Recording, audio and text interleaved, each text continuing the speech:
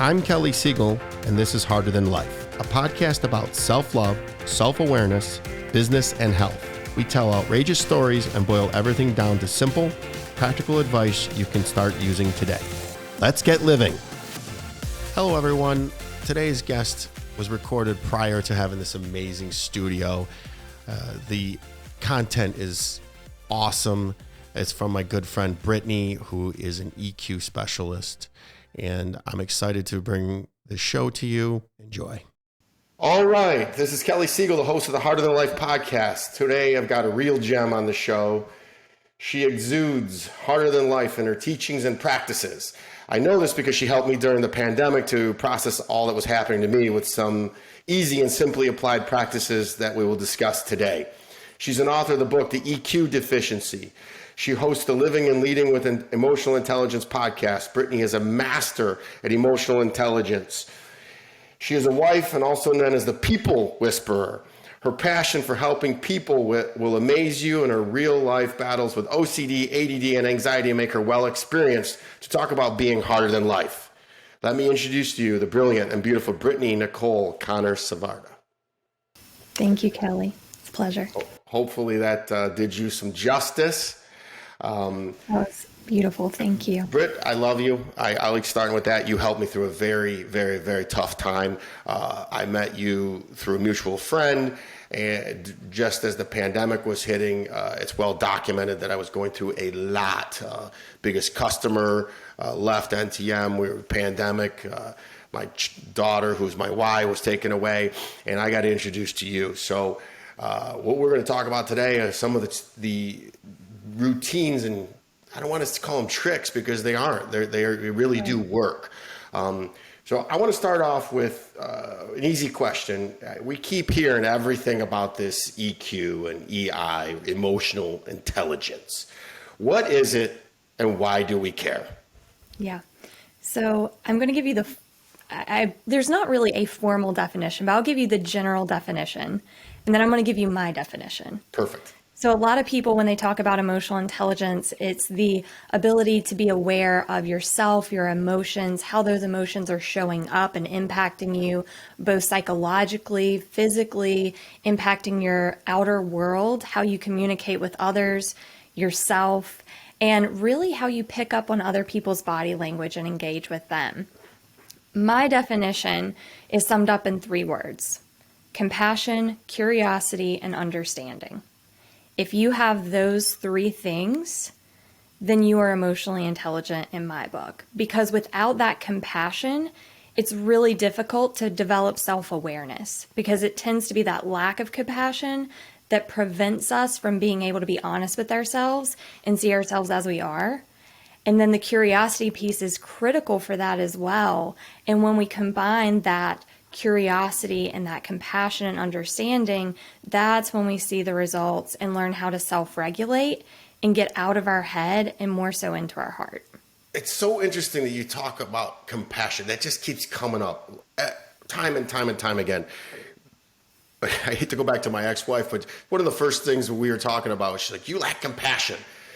And I kept looking up the definition of compassion. I'm like, I don't understand it. It sounds like empathy to me. Do you get that a lot in your practice? Does people say that I don't understand compassion, how to do it, how to exude it? Because in the 2 years or 2.5 years now that since I met you, and the total transformation, I say I'm very compassionate. I meet people where they are. So why is compassion so close to empathy, or do I have it all wrong like usual? No, I mean, I think a lot of people struggle to grasp many of the concepts of emotional intelligence or any type of quote unquote soft skill, right? Because we're so used to understanding things intellectually, and we're not used to understanding things at the core of our being. And compassion is one of those things that you can't understand intellectually. You can't comprehend it. There's no tips or strategies. If you do these things, then you're going to be compassionate. It's something you have to unlock at a deeper level. And I think that's why a lot of us struggle to resonate with it. Now, we can do things that helps guide us to that compassion. But at the end of the day, it's deep down, right? It's something you feel, it's something you embody. I love this. I didn't even notice that. My show notes I made, the next, you went straight to compassion, and I have it in the next question.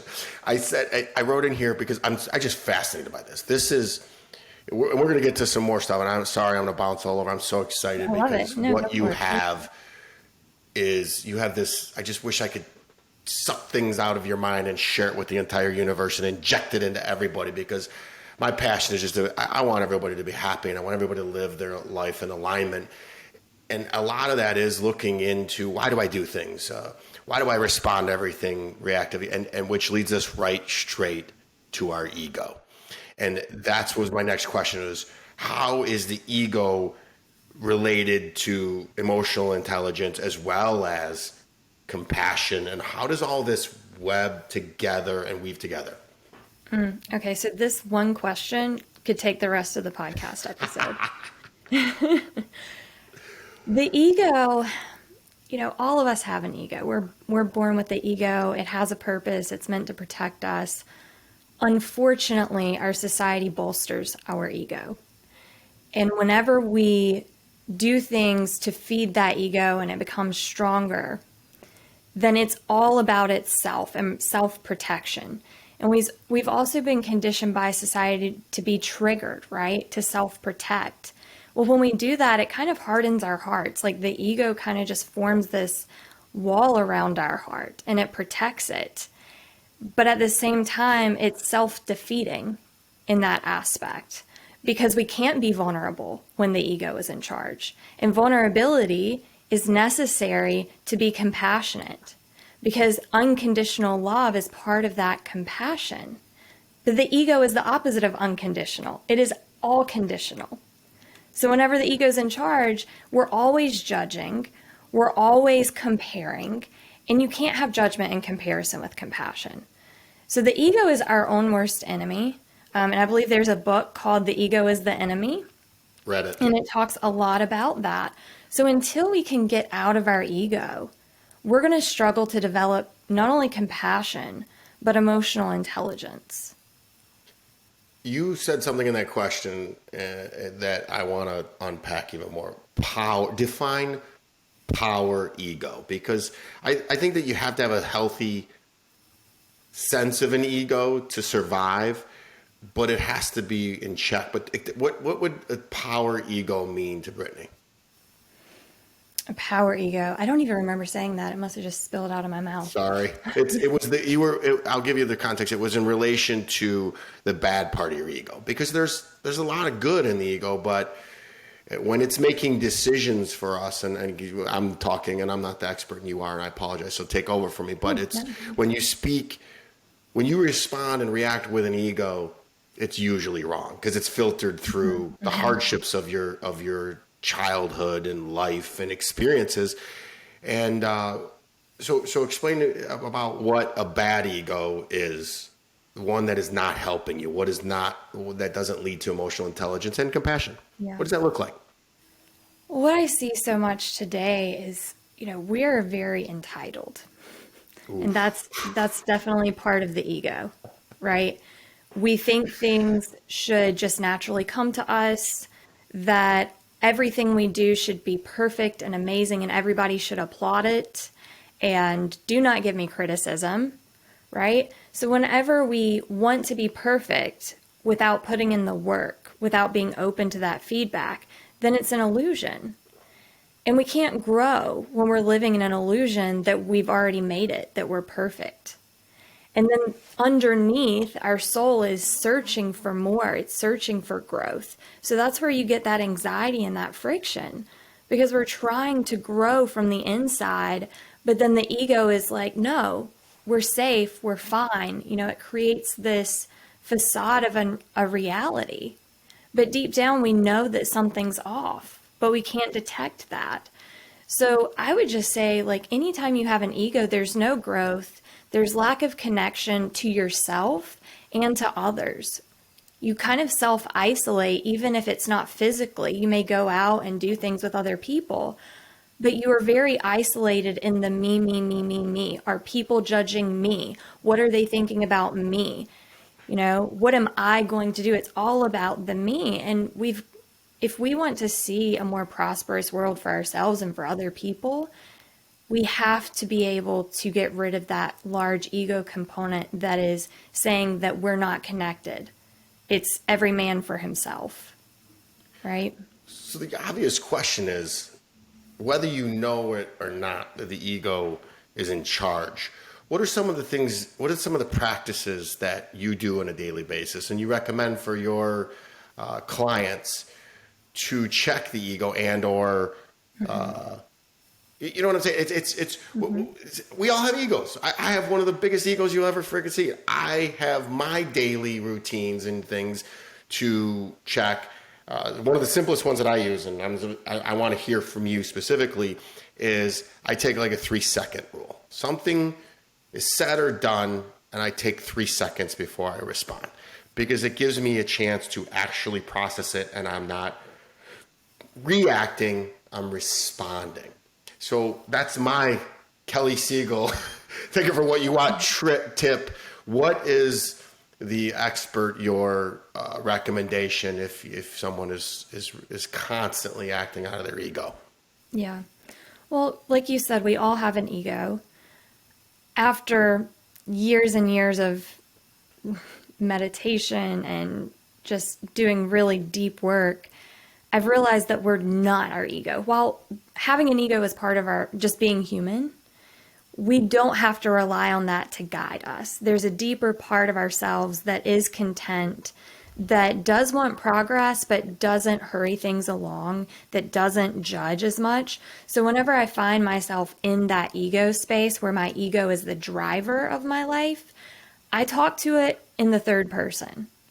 So And that really helps me detach myself from it, because I think that's really hard for us to do. We've lived in our ego so long and have allowed that to be the driver of our lives that we think that that's what our identity is. So whenever I find myself judging someone, I say, Brittany's being very judgmental right now. How can we help her? And I know that sounds silly, but it helps me not feel bad about judging myself. But it also allows me to realize that there's a deeper part of myself that is not the ego, that has the ability to have that love and compassion for everyone, even if I don't agree with them, even if we're never going to be best friends, right? I see that all of us are flawed and all of us are unworthy of, it goes back to religious text, right? I'm not a religious person myself. I'm a spiritual person, but there's a lot of truth in many religious texts about judgment and how, those without sin be the first to cast a stone. I always check into that stuff and say, where am I in this space? What have I done wrong, right? So it's all about seeing the flaws within ourselves and having that compassion for other people. Perfectly imperfect. This actually leads right into my next question, which during the pandemic, when I first met you, I had arguably, defined the worst. I would tell you one of the worst things ever happened to me, which was my ex-wife and my ex-girlfriend team up to corroborate some misinformation. I'm dancing lightly because I'm trying to be polite and I don't want to knock them, but it's important because the advice you gave me was exactly what we were just talking about. And I want to discuss it and I want to share it with the world. So these two women, whether justified or unjustified, I'm not going to go into any of that, conspired to take my parenting time away from my daughter, who is my world. So I'm sitting there and I'm talking with you and I am angry, like you just couldn't control me and you stopped me and said, Kelly, assume positive intent. I remember it like it was yesterday. And this is coming up on, 3 years now. March will be 3 years. And you said, assume positive intent. And I looked at you and I said, Brittany, they are gunning for me. They want to see me fail. They want to see me die. They want to see me act a fool. How do I assume positive intent? So without going into what I did and how I took that and the things that were the, when something you deem as awful is happening to you in your life, and you give that same advice to somebody else, explain it in detail, because I'm doing it a disservice, but it was literally the best advice I've ever had, and I say it over and over, and I'm gonna add to it from my perspective after the brilliant you gives us the correct version of what you meant by that. Assume positive intent. Brittany, what did you mean? I remember that like it was yesterday too. Thank and you I remember so much. you I gotta stop you again. hard in the beginning. I gotta tell you that I thought you were crazy. I did. Yeah. And then when I unpacked it, it was the best advice I'd ever received. And it was, and again, I want to steal it because it was just two women that were just hurting and had to project onto me. And I was strong enough to take it all. And here I am 3 years later interviewing you and just the happiest man alive. But please, again, let's go back to someone did something awful to you and you have to look them in the eye. I think Sadhguru says it, turn the other cheek. But what is the Brittany advice of assume positive intent on their part? Yeah. The reason that I resonate with this so much is because I used to be what some would call a Karen today. I would lose it in public. I didn't care. I was hateful. I was nasty. And I wanted to make other people miserable because I was miserable. And when I see other people doing hateful, nasty things, instead of seeing someone who's just a wicked human being, like you said, I see someone who is in pain and who is hurting and who doesn't know how to cope with those strong emotions and feelings. And so the only way that they know how to cope is to bring other people to their level in any way that they see fit or possible. Man. But the ego, when we're in that ego space, we don't see that. We go into self-protection mode. And so we buck back, right? It's ego against ego at that point.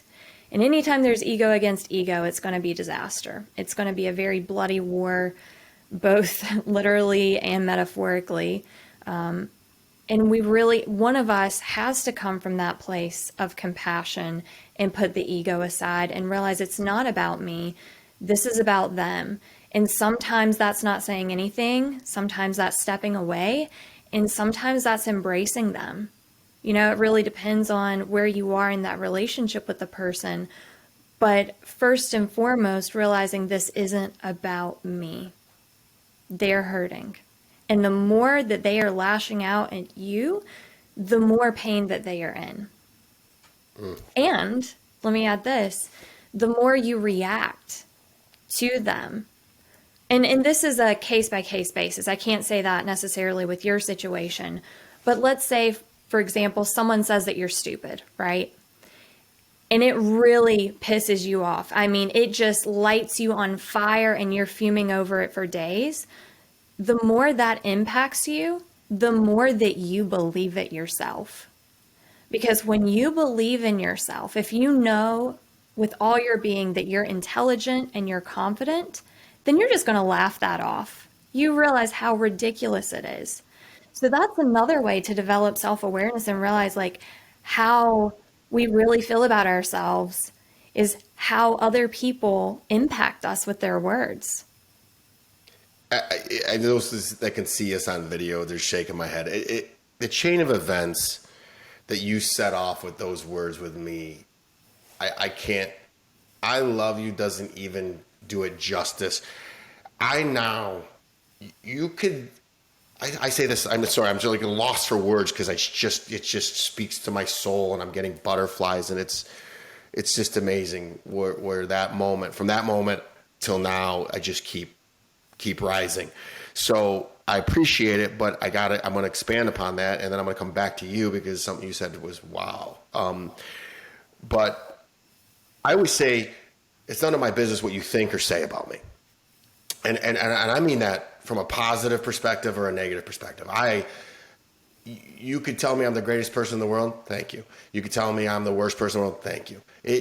literally has, and not to pick on my ex-wife, and I'm sorry, I know she's my biggest fan now. I've turned her into the biggest fan, but she sits around and talks about me a lot, and obviously my daughter says it, and I say to my daughter, I don't care about the positive things she said, and I don't care about the negative things she says.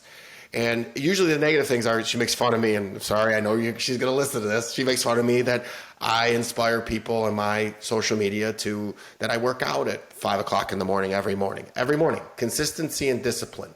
You will not find any, well, maybe David Goggins is more consistent, more disciplined than me, but I'm up there, and I do it for me. So again, the best advice that I can give the neophyte that I am is don't pay any attention to any of it, meaning it's none of your business. It really is. I say that. It is none of my business what anybody thinks or says about me. It doesn't make me feel any better when somebody says something good. It doesn't make me feel any worse when somebody says bad. I don't care. I'm here for a purpose. That purpose is to help people and to give back. And I got to keep bringing this up too. I forgot this.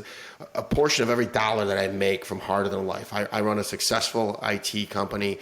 This is a passion project. This is my purpose. I have to give back. A portion of every dollar goes to charity. So this is, and it's mostly children's charities or people with addiction or who we're going to really. So understand that there's a purpose. I have a bigger purpose, and nobody is going to get into my way. Don't stand on the tracks when the train's coming through and I'm a big locomotive. So having said that, you said something and I got to call you out on it.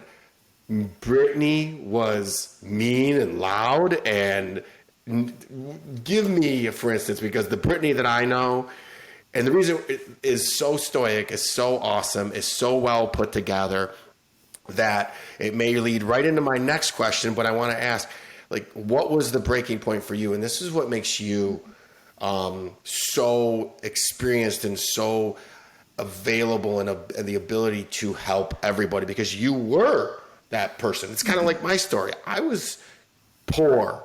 I was angry. I had a chip on my shoulder. I didn't know how to cope. And now you'd be hard pressed to throw one by me anymore. And if I react, it's going to be very surprising. So my breaking point was the pandemic. I had two breaking points. One was I just got sick and tired of being sick and tired of using substances to numb myself. And I made that choice. And then when I was able to feel my feelings, then the real breaking point was the pandemic. My ex-wife and my ex-girlfriend getting together, my biggest customer leaving. It was one thing on top of another that would have sent most people into spirals. But the first thing, there's always a choice to make a change. What was your life event that said, hey, I'm no longer going to be quote unquote, I'm using air quotes, Karen, and I'm going to lean into this? What was your black cloud, or so to speak? Well, if you don't mind, I'd like to take it a little step backward, just what led to that behavior as well, because I think a lot of us can resonate with that. I'm an only child, and I grew up on 75 acres of farmland in North Carolina with my parents and my grandparents, immediate family. And being the only child and only grandchild, I was around adults a lot, and I wasn't around my peers very much. And so my family is a very anxious, very troubled family. And I say that with love, because it is just inherited trauma that's been passed down. And I inherited that trauma as well. And that's what led to my generalized anxiety disorder, my OCD, and my ADD. And I know that now. But for the longest time, I accepted that as my reality. Now, being a type A person who is always trying to control things and be in charge, the last thing that you want is to be out of control. And when people diagnose you with things and say, this is what you have, this is who you are, then you feel like you've lost control of your life and you feel helpless. So I adopted that victim mentality. And that led to even more anger on top of the trauma that was already fueling my rage. And I became codependent. I started dating a boy in high school at 15. I ended up marrying him at 21, divorcing him at 23. And he was my world. I didn't know love. I didn't know anything outside of him. And so I clung to him like a leech. I became a stalker girlfriend. If he wasn't with me, I wanted to know where he was, what he was doing, what time he would be back. And if he didn't pick up his phone when I called him about 20 times back to back, then I was going to call his friend's phone and I was going to chase him down and figure out where he was. And I would go to places where I knew he would hang out and try to find him. I mean, I was what some people would call crazy, right? And I would have these big meltdowns in public and screaming and ranting. And so the catalyst for me was I finally realized, I started my first business that was a photography business, and I realized I was going somewhere. I didn't know exactly where, but I knew that I was going to go somewhere. I was ambitious. He worked at a car wash and would come home and play video games. He was addicted to video games, played them all the time. I got his W-2. It was $10,000 one year. I mean, I was bringing in all the money because he wasn't even working. And I realized this is not working for me. But because I was codependent, I needed somebody else in my life to fill that gap. So I quickly found a rebound, started dating this guy that I met on Match.com because Bumble and Tinder and all those other things weren't even a thing back then. And he lived in Charlotte. He was educated. He was my escape plan. And so I quickly left my husband and followed this guy to Charlotte, where I still reside now. And I thought my life is going to be so much better because I'm out of that old town of mine where all my problems are. I'm with this new amazing person who gets me, and life is going to be good. And then within 3 months, my emotions, my rage, the Karen Brittany started to come back out. And it hit me in that moment that I was the problem. Now, I could accept that or I could continue denying it, but I accepted it for a little bit. But then there was a few other incidents where he told me, the guy I was dating at the time said, look, you've either got to get your shit together or this is over. And I couldn't have that because I was still codependent. So I went back to college, got my degree in psychology, started to realize that our thoughts create these chemicals called neurotransmitters in the brain that cause our physiological response, yada, yada, yada. And that if we can manage our thoughts, then we can somewhat manage those chemicals that make us feel those feelings. But it wasn't until after I graduated and started to take an even deeper dive into self-help and what I call my self-discovery journey is that I realized it's way more than that. It's so much more complex than chemicals. There's all this trauma we need to process, but there's this, I fought the concept of the soul for the longest time, and some people don't believe in it, and that's fine. But all of us, whether you're spiritual, religious, or not, we all have this deeper essence of being that wants to love unconditionally, that wants to grow, that wants to find ourselves, right? And through that, that pulled me out. There's still dark days. Last week I ugly cried for 3 hours nonstop. And guess what? I looked at myself and I said, it's okay. You are processing stuff, and tomorrow's going to be a great day because you're letting it all out. Oof. Just because you're emotionally intelligent doesn't mean you don't get angry. It doesn't mean you don't have rage. It doesn't mean you don't need to cry and scream. The difference is you're not doing harm to yourself and you're not doing harm to others, and you're doing it with unconditional love. That's what emotional intelligence means to me. So I got to ask, is your husband now that gentleman or no? No. Okay, I'm glad you threw that out there. So no, there hit a point in my life where the guy that kind of pulled me out of that mess just wasn't working for me anymore, and we went our separate ways. But he was what I needed at that time, and I have the utmost respect for that. My husband now, I honestly don't know how I deserve him. He is the most kind, selfless person I have ever met. And he helps me on a daily basis just embrace that compassion for myself. He's amazing. Hold on, I'm going to interrupt you, and I apologize because there's something you said. There's nothing deserved in this world. It's all earned. So all the work that you did on yourself, you've earned it. So, congratulations, kudos to you. That story that you just shared is every woman, maybe every man's story that man won't be vulnerable enough to. That's my story.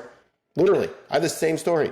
My ex-girlfriend that partnered with my ex-wife taught me how to love. Worst and best thing that ever happened to me. So I understand. And so I want to transition to how, I hate to go down this because everybody has the same things, but what does Brittany do on a date? What's her daily routine look like to cope with this craziness called life? And then ultimately, I didn't plan for this to go there, but ultimately get you in a loving, mutual, beneficial relationship that is thriving.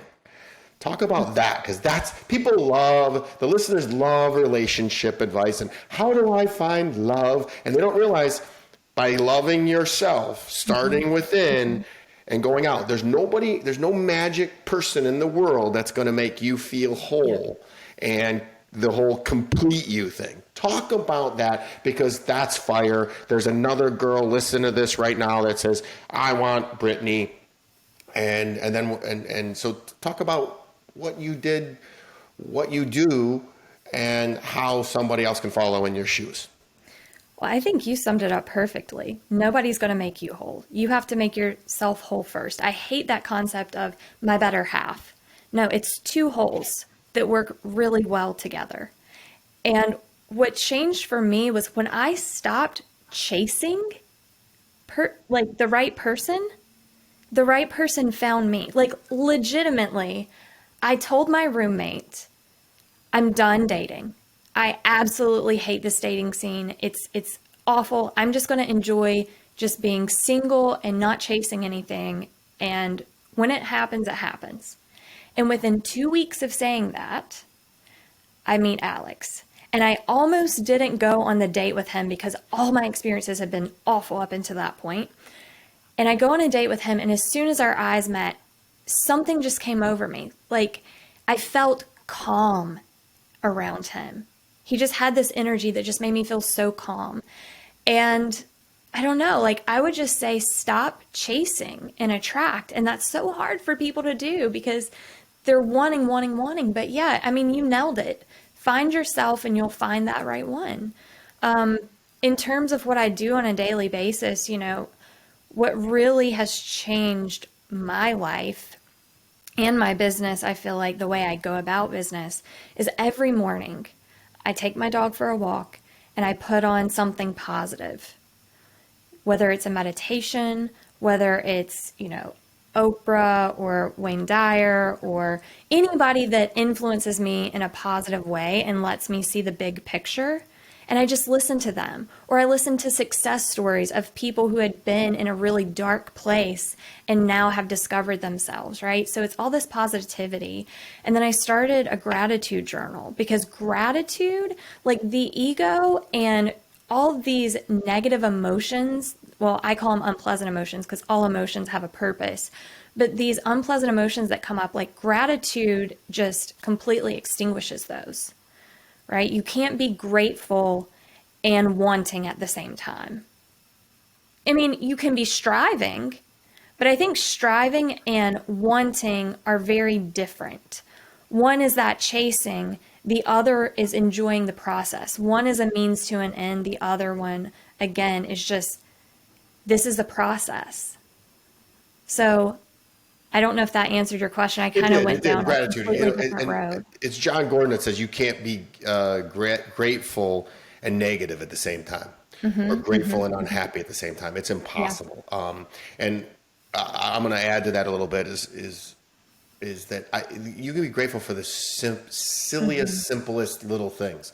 I wake up and I'm grateful for my bed. I'm grateful for the night's sleep.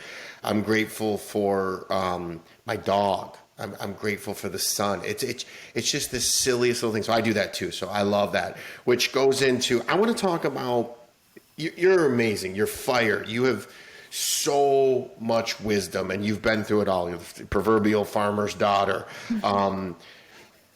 I want to be able to support you and have the listeners find you. So you have a couple different things going on with your magazine, your Convo Shop Fellowship. Can you talk about how people can get more Brittany? Because this is fire. This is good. And you exude it. There's all too often people up here in the professional development, personal development space talking about this is what you need to do, and they never experienced any hardship. You just heard from Karen, from Crazy Girl. We've all been there, and we're like, what was that? But I'm floored to hear that. So if people want to hear more and get more, talk about these amazing avenues you have for more Brittany. Yeah, well, thank you. So I have a podcast, which you mentioned, Living and Leading with Emotional Intelligence. And it's not a podcast that's necessarily about how to develop emotional intelligence. It's bringing people on to just share their stories, to show that emotional intelligence isn't something that you do here and there. It's something that you live day in and day out. And so it's just stories about people, how they live and lead, quite literally, with emotional intelligence. And you can find that on any podcasting platform. And then obviously, one more time. Living and Leading with Emotional Intelligence. And they can also search your name, right? Yes, which is a very long name. I know. And every it's worth it, guys. I found her. I listened to it. It's fabulous. And I'm not just pumping you up because you're good. I think that you're amazing. And I sometimes forget. I take in more content than anybody. I'm reading a book right now from Daniel Laporte, and I love hearing from all facets. I love that you brought Oprah up. I like Dr. Phil. I like Oprah. And then I like the crazy ones like Andy Frisella. So I go all gamuts. I don't just keep the same stuff on repeat. And that's why I love hearing from women. I'm reading How to Be More Loving with Daniel Laporte. She is amazing fire. I don't know if you're familiar with her, but I heard her on a podcast. I'm like, whoa. And I reached out to her. That's what's great about this country. And the good thing about social media is we can connect with people that we weren't able to do before. But you really are passionate about this magazine and this fellowship. So please don't be shy. I know you are very humble, and I want you to put yourself out there and share. Yeah. And then the book, that's a great way to start too. I know a lot of people read the book and then they're like, does this resonate with me? So the EQ Deficiency, you can find that on Amazon. And then you mentioned Convo Shop Fellowship. So I have a membership. We meet 90 minutes once a month. We also have a catch-up session for those who can't make the 90 minutes. But it's a space that allows you to really explore yourself and find that inner peace without judgment. Right? This is a community of people that are all going through the same thing. And the ultimate goal is really to reach your full potential in life. And the ego and fear tend to hold us back from that. And finding that inner peace. Because you and I both know that a lot of people are striving for more things, for wealth, but inevitably they get there. And if they weren't happy before they got that wealth, they're still not happy with that wealth. True. And so people come to me and like, okay, I thought this would make me happy, but I realize it's not. And so if you're that type of person and that resonates with you, then let's really get you all the way. This will take you all the way. Well, and it's ridiculously affordable. It's almost too cheap. And I always tell people, you're going to go to the bar, you're going to go out, you're going to do things for the price of a cup of coffee. You can join this, and I'm going to, if nothing else, come join and listen to me rant and rave, because I'm going to join and I love it. And I can't get enough of it. I'm addicted to the advancement of my mind. So anything I can get more Brittany, I'll be a part of that. So I'm going to ask you, we're going to need to start wrapping up, and I'm going to ask you a couple of fun questions that I ask everybody. It's a new podcast, so they're going to be good things. I think I know the answer to this one after you just tell me those things, but if you were offered a mulligan in life, what would you do over? This is going to be just one of those, what do they call that? Like, I want to say nothing, because, I know that's so cheesy, but really everything leads to where you are today. If I wasn't a caring and I wasn't clingy, then I would have never have hit my own rock bottom that led me to where I am today. I think all of us would love to know what we know now back then, but the whole fun of life is the process, right? And what would I be processing? What would I be striving for if I already had all the answers? Doesn't it make you excited for what's yet to come? Yeah. I had a very dear friend of mine always says, how good can you handle life?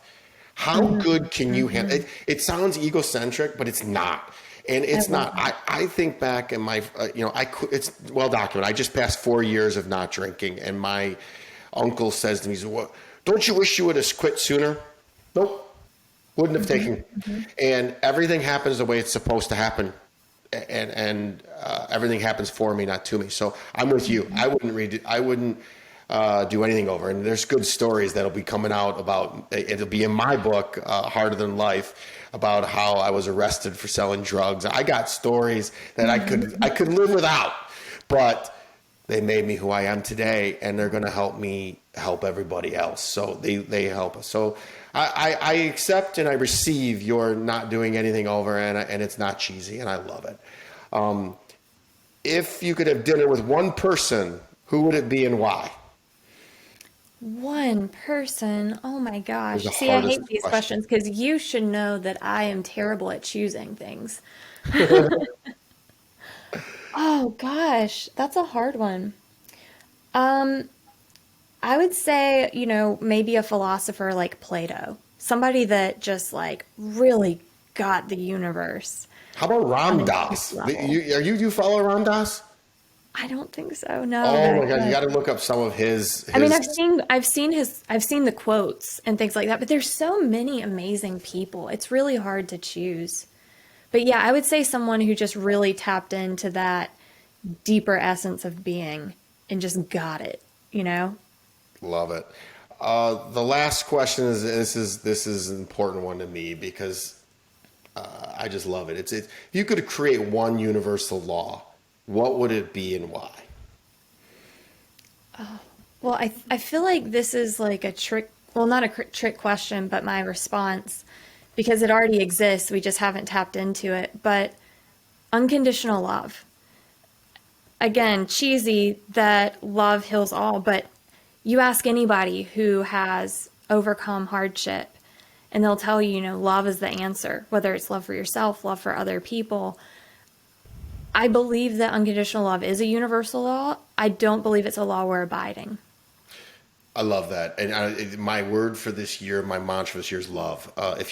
In my bathroom, when I shower every morning, it says, Ram Dass quote, love everything, love everyone and tell the truth.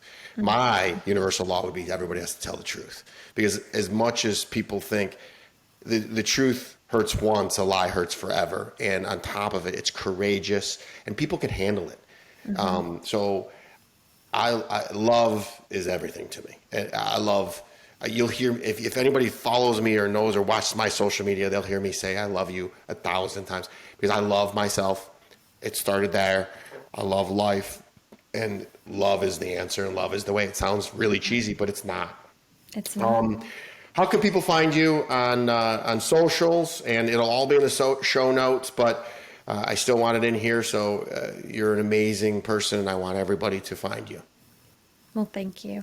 LinkedIn's my primary platform. That's where I reside the most. I do have an Instagram and a TikTok. I just got on TikTok not too long ago. So everything that I post on TikTok is about mindfulness and emotional intelligence.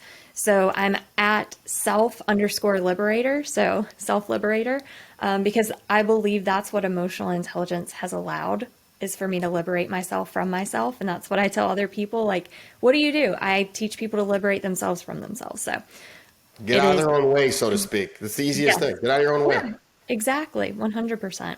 And then the Instagram handle? Instagram, well, I'm going to give you the magazine one. It's at _EI_magazine. And EI is for emotional intelligence. Yeah. Mm-hmm.